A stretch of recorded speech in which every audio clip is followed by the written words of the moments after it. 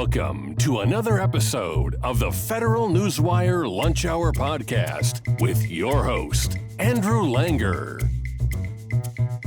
Well, welcome to another episode of the Lunch Hour with Federal Newswire. I'm your host, Andrew Langer. So glad you can join us. You know, if you're listening to us on various podcast platforms, you can also watch us on video. And I think you're going to want to watch this week's video. Watch us on YouTube.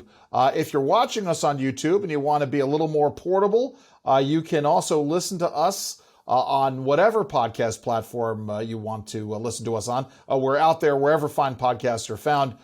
Joining me this week, I'm very interested to have this guest on. I'm going to be gauche, Brad, and actually read the bio that I have here. His name is Brad Johnson. He is the president of a charitable organization called Mission of Hope. Mission of Hope began when Sharon Johnson, who I believe is your mom, went to Haiti in 1972 to direct a choir traveling around the country. You know something? In fact, I'm not going to read the bio. Brad Johnson is president of Mission of Hope. Brad, I want you to tell your story. I know you and your wife went to Haiti in 1997, but talk about your parents' story and how they founded this mission. How did you all get involved in this? Yeah, so my parents, like you said, in 1972, went down to lead a choir and go to churches throughout Haiti, and they saw the great need. At the same time, they saw the resilience and the beauty of the people, and they fell in love with the country. Yeah. A few years later, when I was 5 years old, they took me. So every year since the age of 5 to 18, I went with them on trips down, and they did various projects. My dad was a businessman. He would save money, and he would build an orphanage or drill wells. And after time, they realized that they needed a project that was sustainable, that they could continue to see it go forward. And so a friend of theirs in the country sold them 20 acres, it seemed like way outside the city at that time.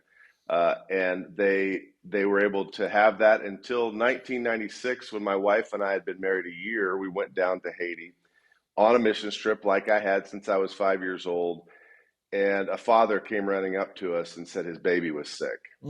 And we went to their house and we saw that she was desperately sick. And we took her to a clinic. As we got to the clinic, someone from behind us told us the clinic was closed. And the baby died right there in her dad's arms.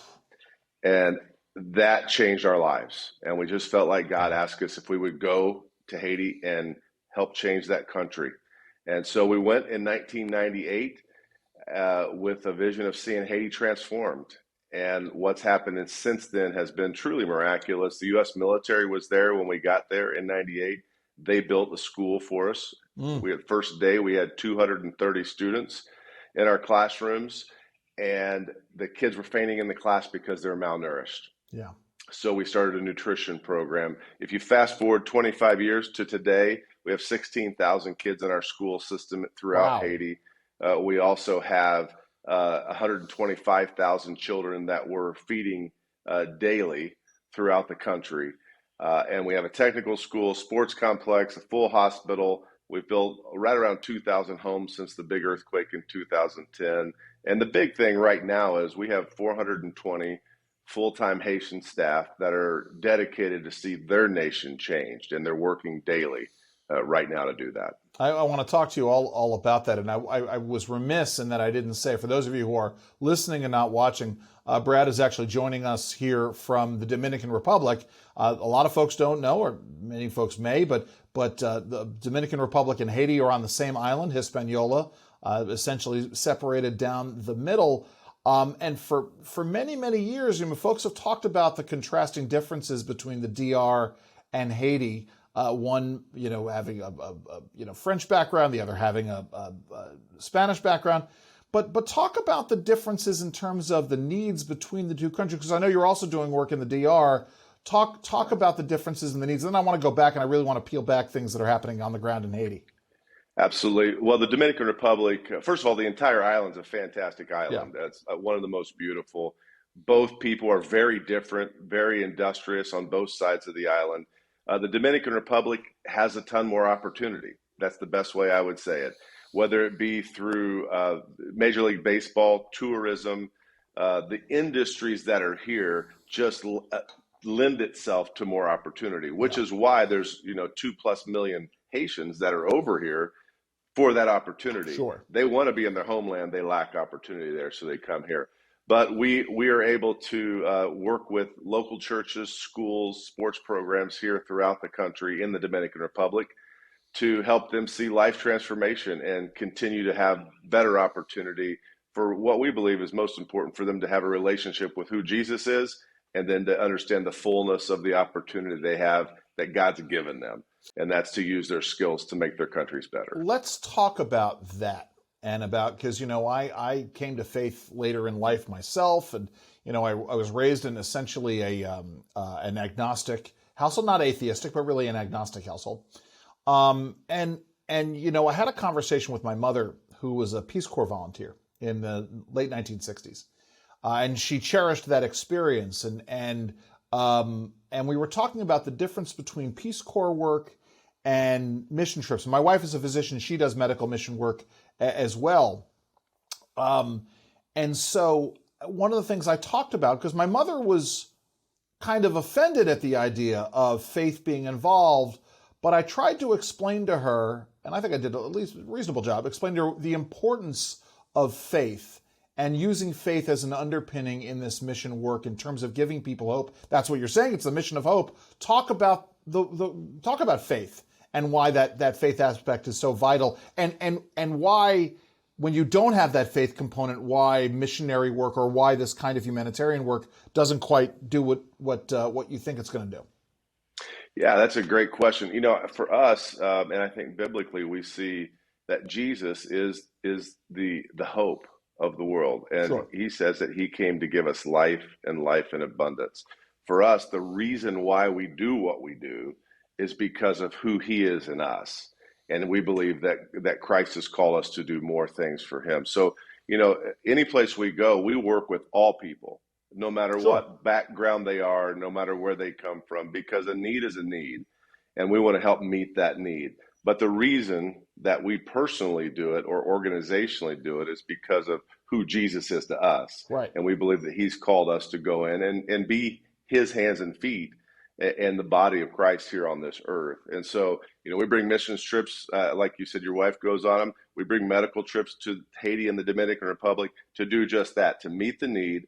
And in the process, we're going to tell the folks why we're there. We feel like Christ has sent us to help meet that need. And the ultimate need that we want to address is the need of the soul.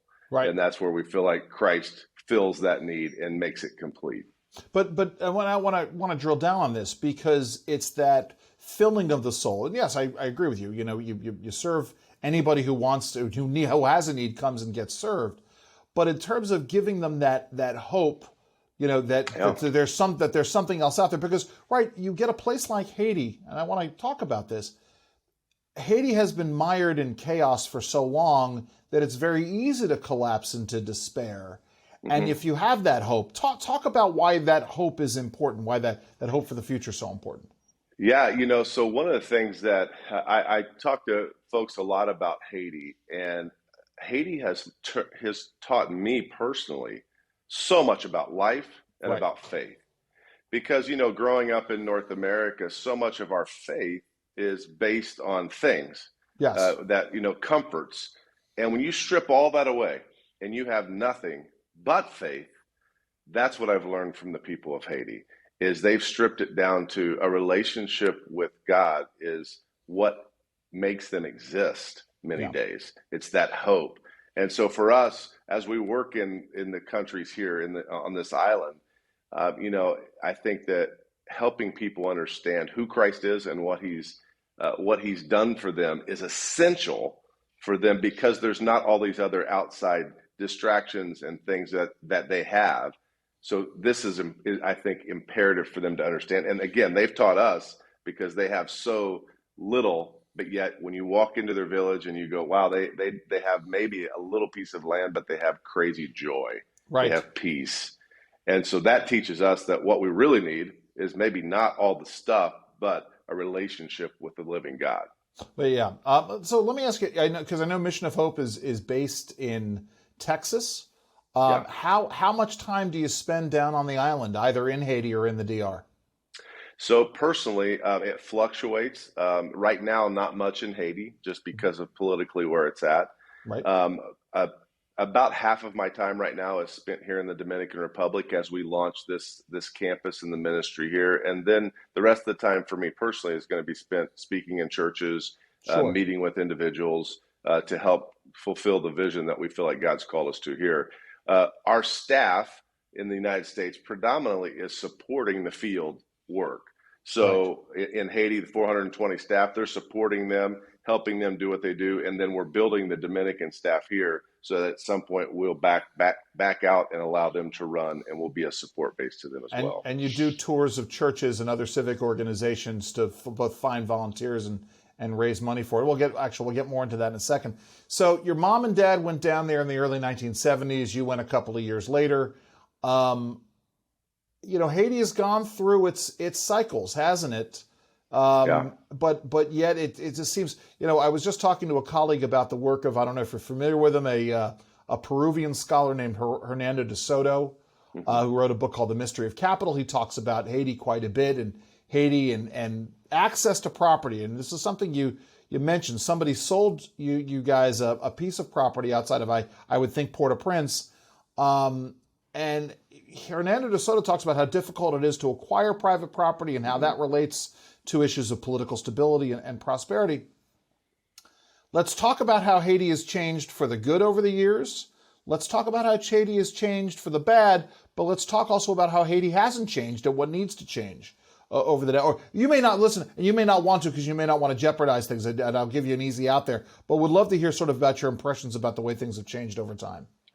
Yeah, having lived through multiple leadership shifts in Haiti. So from the years of my early years of going was Baby Doc's Sure. kind of final years leading up to 1986, and then watching Haiti kind of find its foothold in democracy as it attempted to for many years be under dictatorship, and then all of a sudden they have freedom to vote and choose their leadership. And then the way the Constitution was formed, they almost hedged it against dictatorship, which tied the hands of the president. So he couldn't choose. He could choose his prime minister, but they had to then be elected or ratified by the parliament. All of that created issues going forward. But what I've seen that I think is good is since 1986, Haiti has become more open to the rest of the world. And so, what that has allowed is them to see a higher standard of what they could be. So when they've been able to see what's happening in the Dominican Republic, in Puerto Rico, and Jamaica, the tourism, and then they look at their own island and go, hold on, we have all the natural resources here. Why aren't we experiencing this economic growth of people wanting to come and visit our island? So I think that's been a real value add. There has been a focus on education. So there's more folks that are educated across the island, which again lends itself to a better understanding of what Haiti could be. The negative side and the downside is its stability. Yeah. And so when you lack stability, it takes opportunity from people. The one thing I wholeheartedly believe and organizationally believe is that if we can give the people of Haiti, just give them the opportunity to touch the bottom rung of the ladder of success, they will climb it without any help. Right. They just need the opportunity, almost the stool, to get up to that bottom rung, and then they're going to climb. And we've seen that through all of our education systems, through our technical school, sports. Every time they've had the opportunity, they haven't squandered it. And so for us organizationally, what we believe is we want to give every person in Haiti just the opportunity to be successful, to understand who God made them to be and how they can be a part of seeing their nation thrive. And when they do that, we see great growth. Have you thought about it? I want to get into your specific mission work. Have you guys thought about it? I know a number of other organizations, faith-based organizations, are going down the road of micro-lending. Have you guys thought any about that? Made any forays into that? Yeah, so we felt like our niche of who we are is education. Sure. Okay. And so now we partner with multiple organizations that do micro-lending. Okay. And our basis has been that we feel like if we can educate either somebody that hasn't been to school, but they're just educated on how to do business, and then give them that microloan or have them meet somebody that does that, they're going to be much more successful. An example of that is our technical school. Our technical school, we started with the employers and said, what trades do you need? We built our technical school to meet that. And right now, when we've been able to graduate the kids out of there, we've had 80% job placement, Wow. which is That's good fantastic. anywhere, but in Haiti, that's almost miraculous. That is fantastic. I know there's a weird question. What is again, understanding the political and economic instability, what's been the penetration of cell phones? There's a reason why I'm asking this. Has there been any penetration of cell phones, cell towers, that kind of thing, or is Haiti still largely cell phone free? No, actually, I don't know the exact date on this, but Haiti was one of the first countries, because they didn't have landlines, Sure. to be all cell phone. Oh, there you go. There were several companies that came in and really made it very cheap to own cell phones and made it easy to pay on a daily basis for usage versus a monthly payment. Sure. Which allowed the people to have cell phones. And now cell phones are countrywide. Smartphones are pretty countrywide as well. So yeah, now there is the ability to communicate throughout. I ask because there have been a series of, I had a chance to interview somebody a couple of years ago who had been in the micro lending sector and using blockchain technology as a way of securing it to get into the micro lending world in places like Haiti. And it's all about creating hope. Let's talk about the mission work and the education side of it, and then the medical side of it. But so you said, I'm sorry, refresh my memory. How many students are now in your schools in Haiti?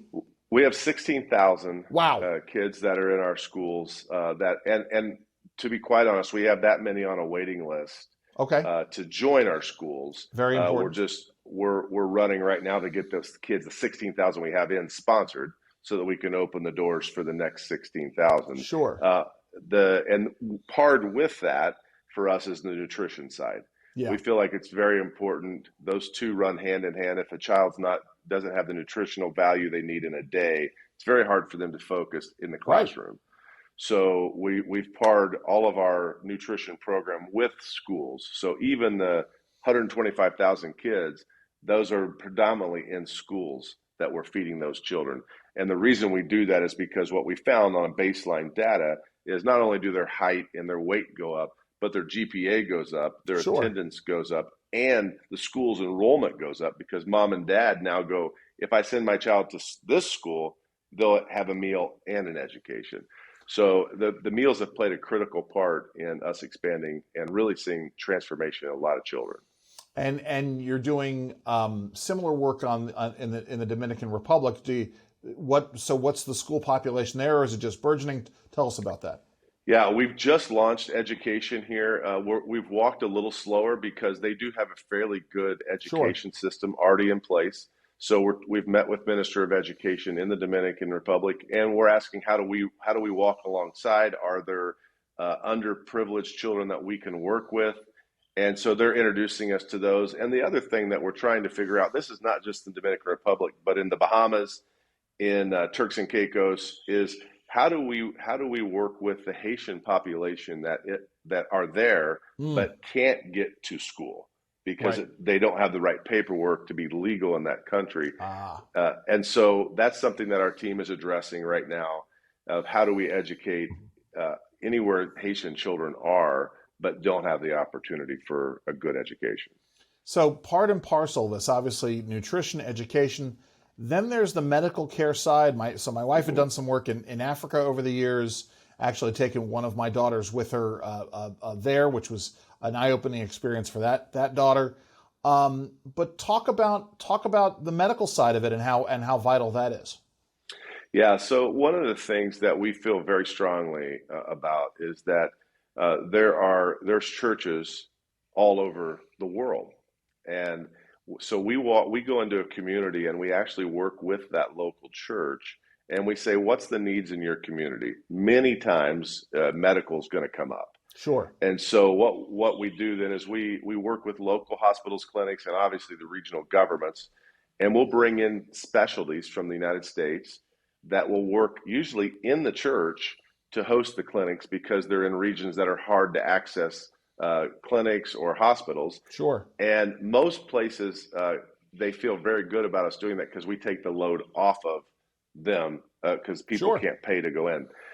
Just last week, we had one here in the Dominican Republic, saw over 600 people just in a few days. So it's a huge, huge ministry, but also, for example, in Haiti, after the earthquake in 2010, we started a prosthetics lab. So we Sure. have about 500 patients a year that we'll see coming through that get new limbs and are readjustments. So medical is a big component, something that we take very much for granted in the States, that we can have, care in there anytime we need it. Right. Well, it's one of those things where I may try to convince my wife to connect you guys, because would much rather she would rather go down, I think, to make the trip to Haiti and the Dominican Republic than to go all the way over to go to Europe and then take the right turn to go down to Africa. It can get a little complicated at times. For sure. So you're constantly, how many medical missions do you send over to both in a year? How do you always looking for doctors, obviously, and other medical care professionals? Yeah, so we're always looking for medical care professionals that'll come in and work with us. We have it now, again, in Haiti, because of where we're at, politically, we can't take groups in right now. Before everything started to go down, we were taking 5,000 people a year. North American people in a year. And I would say 10 to 20% of that was medical. Yeah. And that's ramping up now in the Dominican Republic. So this next year we'll have over 1,000 that'll come down with us. Brad, I think it's important for folks to understand what is happening on the ground right now in Haiti that is complicating your ability to do the mission work. Yeah, so there has been a string of what I would say disastrous moments, from economic problems and inflation. That's kind of where it kicked off in 2019. But then the assassination of an elected president and the silence, really, of the world. Right. To say, okay, he was assassinated. We're going to do nothing about this. Wow. And then the rise of gang activity. So in the void of leadership, we had gang activity start to take leads.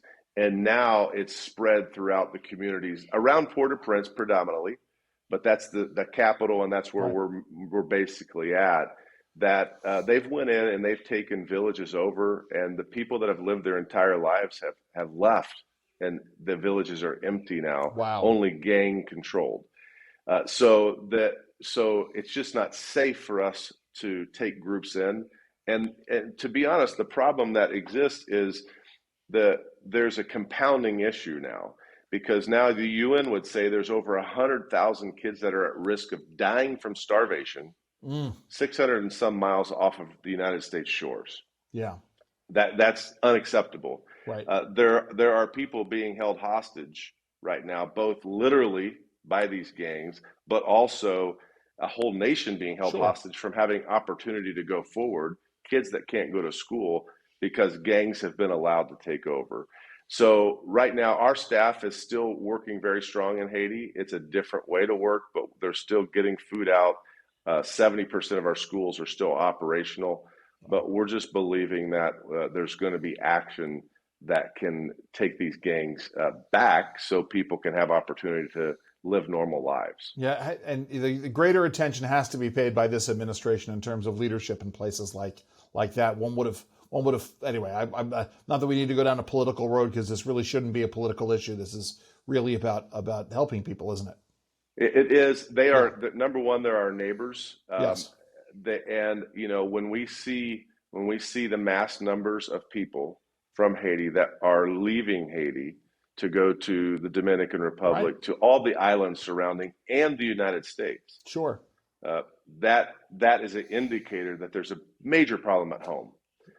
So those are things, just as a good neighbor, we should address, but there's also some major political ramifications from not addressing this issue. Right.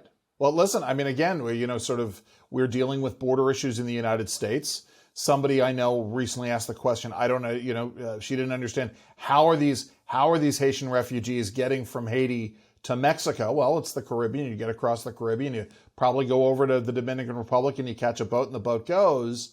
But this underscores the desperation. But the point is, because they're coming in through the southern border, it then makes it a domestic security issue for the United States, or not even just a general public policy issue.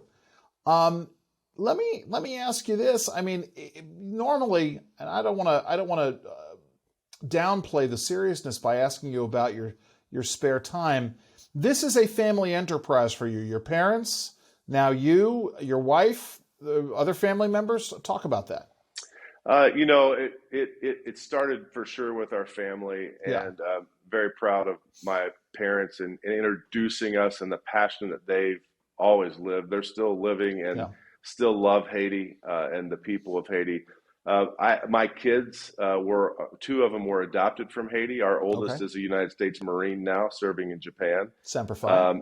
And exactly, and he is he's Haitian, and my daughter's a social worker, and she went into that predominantly because of what she experienced in Haiti. My two youngest, one of my youngest son, biological, born in Haiti, wants to return and work there. So, but what's happened though is the vision was started by my parents, but man, God has brought this team around what he wants to have done there, both Haitian, Dominican, and in the United States. And I ask not as a way of sort of denigrating the hard work of everybody on the Mission of Hope team, but because my listeners and viewers, they like to understand a little bit more about the personal lives of the people that I'm talking to. So to get a general sense of this. So normally, like, I would talk about outside interests, but I don't think you have time for outside interests. I mean, you're constantly on the road in the United States talking to people. Let me ask you this before I let you go. How do folks volunteer? How do they give? How do they invite you into their churches or other civic organizations to talk about this? Absolutely. They can go to missionofhope.com and see everything that we do. And I'd love to come and speak about Haiti. The one thing and what's happening here in the Dominican Republic. The one thing that I believe right now about Haiti is they need a voice. They need someone that will, because they don't have a voice. And so we're asking all organizations that serve in Haiti and all of the folks that are donors and support us to raise their voices to Washington and to God and just ask for help. The people need an intervention of some point just so they can have that opportunity. So we'd love to come to your church and talk about all the opportunities. You can come and work with us and serve with us for a week, and you can support by going to missionofhope.com. Anything I missed, Brad? Anything you want to add? Because I don't claim to have a monopoly on all the questions. No, I think that the biggest thing there's a misconception about the people of Haiti and about the country itself, because we live in such a small information age of news bites and so our sound bites. But Haiti is a gorgeous country with some of the hardest working people that just want opportunity. And as we open that door for them and give them opportunity, we'll see things that we've never seen in a nation that I believe will once again be what it used to be called the Pearl of the Antilles. Amen. Amen to that. Thank you, Brad Johnson, for joining us today. Thank you. My guest has been Brad Johnson. He's the president of Mission of Hope. You can check them out online as well. I am your host, Andrew Langer. Thank you so very much for joining us. Enjoy the rest of your lunch. This has been the Federal Newswire Lunch Hour Podcast, hosted by Andrew Langer. Check out the Federal Newswire's family of websites, as well as their social media stream.